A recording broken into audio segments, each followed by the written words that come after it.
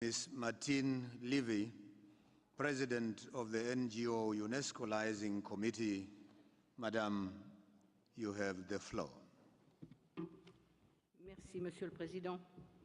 Monsieur le Président de la Conférence générale, Excellences, Mesdames et Messieurs, lors de la session d'ouverture de cette 38e Conférence générale, Monsieur Xiaoping s'est félicité de voir que les États membres et le secrétariat avaient permis de faire ensemble les réformes nécessaires depuis 2013. Et je me suis posé cette question en tant que présidente de la Conférence internationale des ONG partenaires de l'UNESCO. Quelle a été la contribution des ONG dans cette réforme? La réponse est venue par la voix du président du Conseil exécutif, son Excellence M. Amr, qui a loué avec force et conviction la coopération avec les ONG. Leur action est la preuve que nous pouvons coopérer pour la paix, a-t-il ajouté. Les ONG, vous le savez, travaillent sur le terrain. Leurs militants sont au plus près des populations. Et le constat est que, malgré tous les efforts prodigués par les uns ou par les autres, la situation est très préoccupante. Il nous reste beaucoup à faire, mais nous ne baisserons pas les bras, malgré toutes les difficultés de tous ordres qui se dressent devant nous. Avez-vous déjà vu un militant d'une ONG ne pas vouloir aller au bout de son engagement?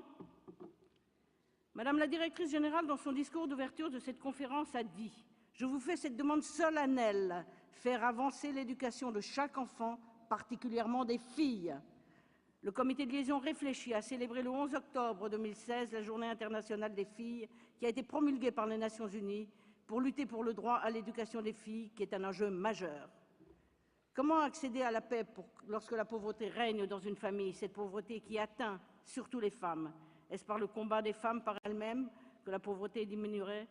Le comité de liaison a permis à 300 personnes de toutes les régions de l'UNESCO de se réunir au siège en juin 2015 et de réfléchir au rôle des femmes dans la lutte contre la pauvreté. Le constat est amer. La condition de la femme n'a pas progressé, voire a régressé depuis la conférence mondiale sur les femmes de Beijing en 1995. Cette situation dramatique est inadmissible au XXIe siècle et nous continuerons à travailler tous ensemble pour la faire évoluer. Excellences, Mesdames et Messieurs, l'une des causes de la pauvreté est le manque d'eau potable. En 2014, et je tiens à remercier tout particulièrement ici le gouvernement de la Côte d'Ivoire, qui a accepté pour la première fois d'être le premier pays à organiser un forum hors siège. Ce forum a eu lieu à Yamoussoukro l'année dernière sur l'accès à l'eau potable pour tous.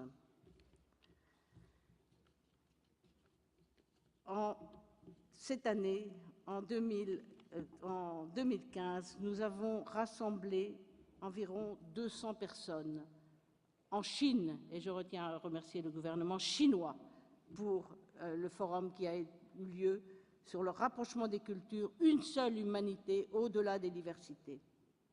Un autre forum a rassemblé 150 personnes sur la sauvegarde du patrimoine culturel, matériel et immatériel en Bulgarie. Je tiens à remercier le gouvernement bulgare pour cette organisation. Je vous remercie pour votre attention.